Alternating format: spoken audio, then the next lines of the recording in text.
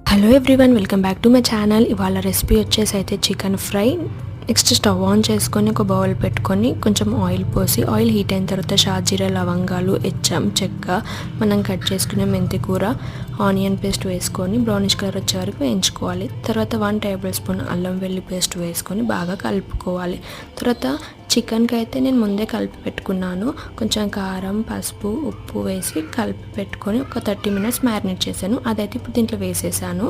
తర్వాత మనం కట్ చేసుకున్న పచ్చిమిర్చి, కరివేపాకు వేసుకొని ఒక 2 to 3 మినిట్స్ బాగా కలపాలి. తర్వాత మనం కట్ చేసుకున్న పుదీనా ఆకుల్ని వేసి ఒక 5 to 10 మినిట్స్ బాగా మగ్గనివ్వాలి. అప్పుడే మనకి పుదీనా ఫ్లేవర్ అనేది తెలుస్తుంది.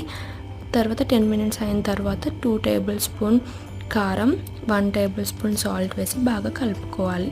తర్వాత కొంచెం ధనియాల పొడి, కొంచెం గరం మసాలా వేసుకొని బాగా కలుపుకోవాలి. ఫైనల్ అయితే కొత్తిమీర యాడ్ చేయాలి. అంతే, బాయ్ బాయ్.